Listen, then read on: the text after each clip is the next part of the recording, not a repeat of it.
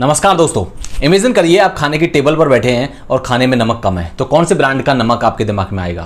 Tata salt. चाय पीने का मन कर रहा है तो टाटा टी। गाड़ी खरीदने के लिए शोरूम में जा रहे हैं तो टाटा की कार्स, और अगर ट्रैवल कर रहे हैं तो टाटा मोटर्स। खाने से लेकर पहनने तक हर छोटी से बड़ी चीज आपको टाटा कंपनी की दिख जाएगी।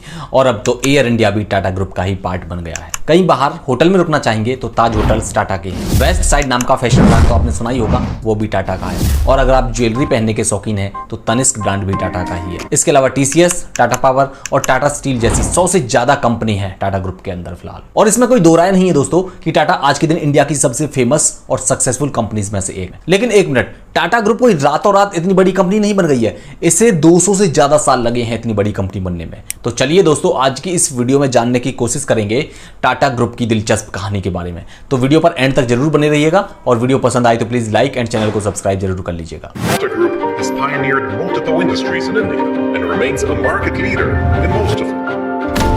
It was Tatas who introduced a number of firsts. The first 8-hour day, the first leave with pay. I would prefer to live with the knowledge I have of upholding the values that we have and that we've tried to uphold through these years, rather than say that I've grown at 3 times the rate that we have.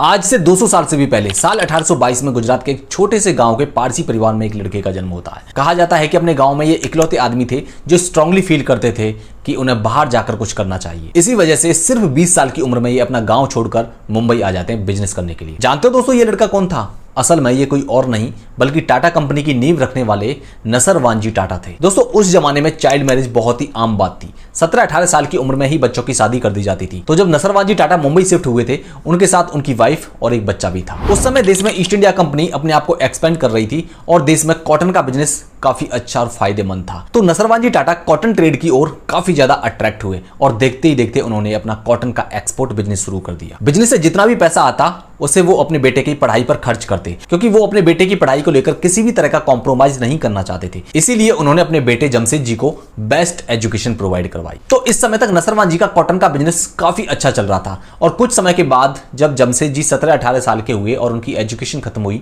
तो नसरवान जी ने decide किया कि उन्हें business expansion के लिए Hong Kong भेजा जाए। दोस्तों ये साल 1859 की बात है। एयर ट्रैवल की शुरुआत होने में अभी भी 55 साल बाकी थे। इस समय तक जमशेद जी केवल 20 साल के थे और उनके साथ उनकी बीवी और बच्चा भी था। तो यह कोई आसान डिसीजन नहीं था अपनी पूरी फैमिली के साथ दूसरी कंट्री में शिफ्ट हो जाना। लेकिन इंटरेस्टिंगली जमशेद जी इसमें खूब सक्सेसफुल हुए। अपनी 65 साल की जिंदगी में उन्होंने चाइना, जापान, यूरोप और यूएस में अपनी ब्रांचेस खोली। इंडिया में ढेर सारी कॉटन मिल शुरू की। इसके साथ ही साथ इंडिया की पहली स्टील कंपनी की कंस्ट्रक्शन भी स्टार्ट की और देश का पहला 5 स्टार होटल भी खोला। यह देश का पहला होटल था जिसमें इलेक्ट्रिसिटी यानी बिजली आती थी। और जानते हो दोस्तों ये होटल कौन सा था? असल में ये मुंबई का फेमस ताज होटल था। और आज के दिन भी ताज होटल इंडिया के मोस्ट प्रेस्टिजियस होटल्स में से एक है। साल 1904 में जमशेद जी का देहांत हो जाता है और अपने पीछे वो एक ऐसी शानदार लेगेसी छोड़ गए कि आज भी पूरी दुनिया में ऐसी लेगेसी शायद ही देखने को मिले। प्रिंसिपल्स और इथिक्स की लेगेसी। दोस्तों उस जमाने में वर्किंग कंडीशन बहुत ही ज्यादा खराब थी। हम 1800s की बात कर रहे हैं। लेकिन जमशेद जी ने वर्कर्स को मोटिवेट रखने के लिए फैमिली डेज रखे, स्पोर्ट्स डेज रखे, ताकि सभी मजदूर एक साथ अपनी फैमिलीज को लेकर आए, वे एक दूसरे के करीब आए और उनमें एक कम्युनिटी की फीलिंग आए। इतना ही नहीं, उन्होंने मजदूरों के लिए एक जनरल प्रोविडेंट फंड बनाया ताकि रिटायरमेंट के बाद भी इन मजदूरों को पेंशन मिलती रहे। और इसके अलावा उन्होंने एक इंश्योरेंस स्कीम भी स्टार्ट की। अगर किसी भी तरह का एक्सीडेंट होता है इन मजदूरों के साथ तो उसकी मेडिकल कॉस्ट कंपनी के द्वारा कवर की जाएगी। आप सोच रहे होंगे दोस्तों ये आजकल बहुत ही ज्यादा कॉमन है, लेकिन हम 19th सेंचुरी की बात कर रहे हैं और उस समय जमशेद जी इस सब के बारे में सोच रहे थे। और कमाल की बात पता है दोस्तों क्या थी? जमशेद जी इस सब पर खुद से पैसा खर्च कर रहे थे। जमशेद जी अपने बिजनेस को लेकर कितने ज्यादा डेडिकेटेड थे ये इससे भी पता चलता है कि 1861 में जब अमेरिकन सिविल वॉर की शुरुआत हुई तब तो टाटा के कॉटन बिजनेस को इससे खूब फायदा हुआ, क्योंकि इंग्लैंड को अमेरिका से आने वाली कॉटन की सप्लाई रुक गई थी। लेकिन 4 साल बाद जब अमेरिकन सिविल वॉर खत्म हुआ और कॉटन की सप्लाई वापस चालू हुई तो टाटा के कॉटन बिजनेस पर इसका बहुत ही बुरा असर पड़ा और वो घाटे में जाने लगे। इन्वेस्टर्स उनके पीछे भागने लगे कि जो उन्होंने पैसा इन्वेस्ट किए हैं उसे वापस दो। लेकिन यहां पर जमशेद जी डटे रहे और उन्होंने कहा कि मुझे बस थोड़ा सा टाइम चाहिए। इन्वेस्टर्स ने उनकी ऑनेस्टी को देखा और उन्हें काम करते रहने दिया। लेकिन इन्वेस्टर्स ने कहा कि जमशेद जी को 20 पाउंड की मंथली सैलरी पर काम करना पड़ेगा, जबकि वो कंपनी के मालिक थे। ये एक कंपनी के मालिक के लिए बहुत ही ज्यादा इंसल्ट वाली बात होती है कि वो अपनी ही कंपनी में एक फिक्स सैलरीड एम्प्लॉय काम करे, लेकिन ये जमशेद जी के डेडिकेशन को दिखाता है। दोस्तों, जमशेद जी के 3 ड्रीम प्रोजेक्ट थे। एक हाइड्रो इलेक्ट्रिक पावर प्लांट खोलना, इंडिया में एक वर्ल्ड क्लास एजुकेशन इंस्टीट्यूट खोलना, एक स्टील प्लांट खोलना और एक 5 स्टार होटल खोलना, जहां पर किसी भी धर्म और जाति के लोग जा सकें। क्योंकि दोस्तों, उस जमाने में रेसिज्म बहुत ही ज्यादा होता था। अपनी जिंदगी में वो सिर्फ एक होटल ही खोल पाए थे कि उनका देहांत हो गया, लेकिन उनके देहांत से पहले बाकी के 3 प्रोजेक्ट्स पर काम शुरू हो चुका था। बाद में उनके बेटे दोराबजी टाटा ने यह ठान लिया था कि उनके पिताजी के बाकी के 3 प्रोजेक्ट भी हकीकत बनेंगे। साल 1910 तक टाटा का स्टील प्लांट तैयार हो चुका था और प्रोडक्शन भी स्टार्ट हो चुकी। इसके 3 साल बाद फर्स्ट वर्ल्ड वॉर की शुरुआत हो जाती है और ब्रिटिशर्स को स्टील की बहुत ही ज्यादा सख्त जरूरत पड़ती है। ऐसे में टाटा स्टील ब्रिटिशर्स के लिए सबसे बड़ा सप्लायर बन जाता है। ब्रिटिशर्स के द्वारा टाटा स्टील का इस्तेमाल टैंक बनाने में, हथियार बनाने में और रेलवे ट्रैक बिछाने में किया जाने लगा। वर्ल्ड वॉर 1 के खत्म होने के बाद तक टाटा स्टील ने ग्रेट ब्रिटेन में अपनी एक अलग पहचान बना ली थी और इस समय तक आते आते टाटा ग्रुप के अंदर 14 अलग अलग कंपनी बन चुकी थी। लेकिन दोस्तों, ये तो अभी एक शुरुआत थी। साल 1938 तक दोराबजी टाटा ने कंपनी की एक्टिविटीज को संभाला,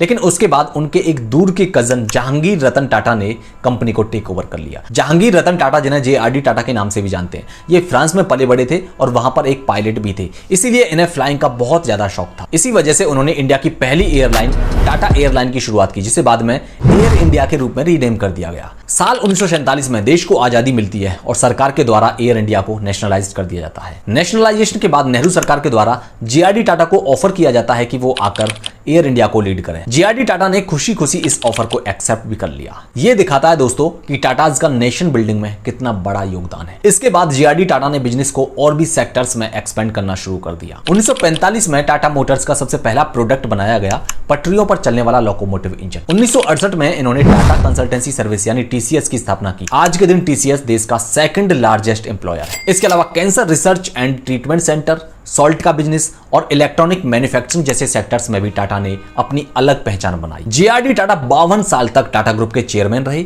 और इस समय तक आते आते अब टाटा ग्रुप के अंदर 95 कंपनीज हो चुकी थी। टाटा ग्रुप के अंदर ही नैल्को नाम की एक कंपनी थी जो घाटे में चल रही थी और यह कंपनी रेडियो मैन्युफैक्चरिंग करती थी। तो इस कंपनी को वापस ट्रैक पर लाने के लिए जमशेद जी टाटा के एक पोते थे, उन्हें बुलाया गया। और दोस्तों, ये कोई और इंसान नहीं बल्कि रतन टाटा जी थे। रतन टाटा ने कहा कि अगर हमें नैल्को को रिवाइव करना है तो हमें रेडियो मैन्युफैक्चरिंग बंद करना होगा और नई टेक्नोलॉजीज में इन्वेस्टमेंट करना होगा, जैसे कि सैटेलाइट कम्युनिकेशन। और 3 साल के अंदर अंदर ये कंपनी घाटे से प्रॉफिट में आ गई। 1975 तक आते आते नैल्को का मार्केट शेयर 2% से वापस 20% पहुंच चुका था। 1975 में देश में इमरजेंसी डिक्लेयर की जाती है, जिसका कंपनी पर बहुत ही बुरा असर पड़ा और इसे शट डाउन करना पड़ा। लेकिन इस पॉइंट तक आते आते सीनियर मैनेजमेंट को यह समझ आ गया था कि रतन टाटा कितने कैपेबल आदमी। इसी वजह से साल 1991 में रतन टाटा को टाटा ग्रुप का चेयरमैन बना दिया जाता है। 1991 में ही इंडिया ने अपनी इकोनॉमी को ओपन करना शुरू कर दिया, तो ऐसे में रतन टाटा ने टाटा सन्स की ओनरशिप को बढ़ाना शुरू कर दिया ताकि कोई इंटरनेशनल कंपनी आकर टाटा कंपनीज को खरीद ना पाए। रतन टाटा का यह डिसीजन काफी ज्यादा सक्सेसफुल रहा। इससे टाटा ग्रुप न केवल बचा रहा बल्कि टाटा ग्रुप ने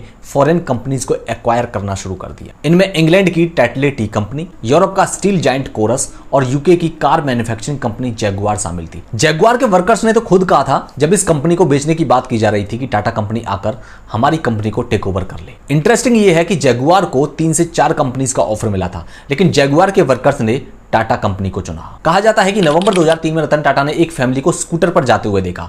बारिश में भीग रही थी ये फैमिली और स्कूटर पर जा रहे थे। 5 साल बाद रतन टाटा ने नैनो कार लॉन्च कर दी। टाटा ग्रुप का मानना है कि उनके बिजनेस की कोर फिलॉसफी है सोशल अपलिफ्टमेंट। वो लोअर मिडिल क्लास को चांस देना चाहते थे कि उनके पास भी अपनी खुद की गाड़ी हो। वो अलग बात है कि नैनो कार सक्सेसफुल नहीं रही, क्योंकि टाटा का फोकस कभी ब्रांडिंग स्ट्रेटजी पर नहीं रहा। उनका मानना है कि गरीब आदमी को फायदा होना चाहिए।